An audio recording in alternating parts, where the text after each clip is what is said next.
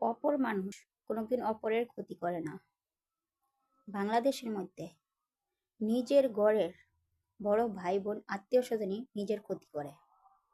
তাই বাংলাদেশের মধ্যে সামনে যেই সরকার আসুক না কেন, সেই সরকারের মোকাবিলায় দাঁড়াইয়া আমি একটাই দাবি করব সরকারের কাছে, বাংলাদেশে এমন আইন চালু করতে হবে যে আপন বড় ভাই বোন ছোট বোনকে টাকার জন্য বিক্রি করতে পারবে না।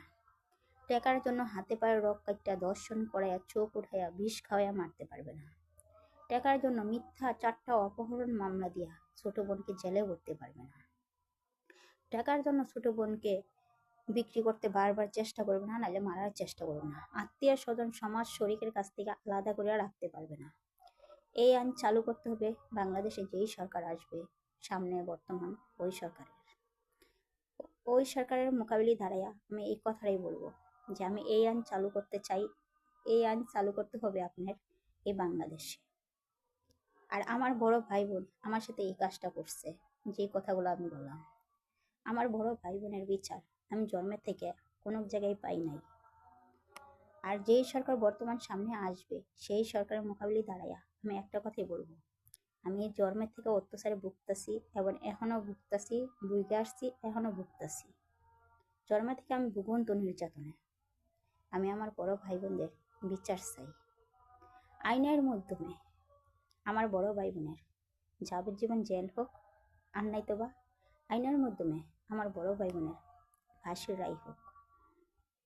আর যদি আমার বড় ভাই বোনের বিচার না দেখা এই দুনিয়া থেকে আমি না মরতে পারি, তাহলে আমার আত্মা মইরাও শান্তি পাবে না।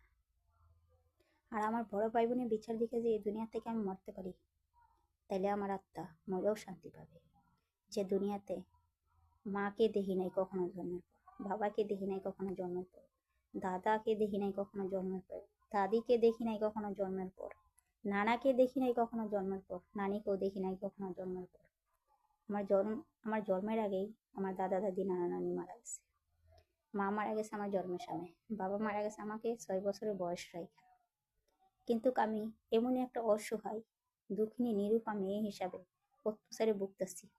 যদি আমার ভাই বোনের এই অত্যাচারে বিচার পাই, তাহলে সেই দিন এই বাংলার জমিনে আমি যদি কখনো মারা যাই, সেই মৃত্যুতেও আমার আত্মা শান্তি পাবে।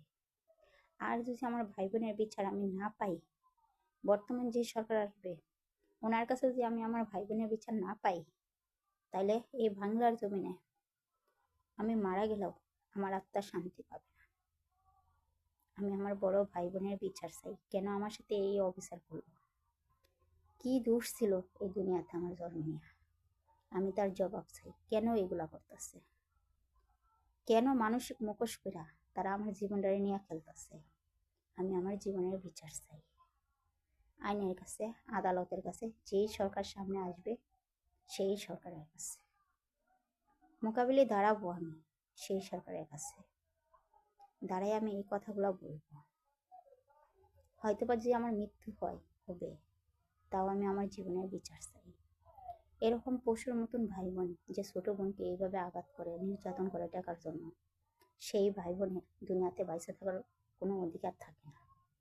আর এই ভাই বোনকে দেখে আরো হাজারো 5টা ভাই বোন খারাপ হবে। তাই আমার বড় ভাই বোনদের আইনের মাধ্যমে আমি বিচার চাই, যেন আইনের মাধ্যমে ওদের যাবজ্জীবন জেল হয়, আর নাইতোবা ফাঁসির রায় হয়। আমি এর বেশি কিছু চাই না, আল্লাহর কাছেও চাই না এর বেশি কিছু। বাংলাদেশে যেই সরকার বর্তমানে আসবে তার কাছেও আমি এর চেয়ে বেশি কিছু চাই না। আমি আমার শুধু জীবনের বিচার চাই।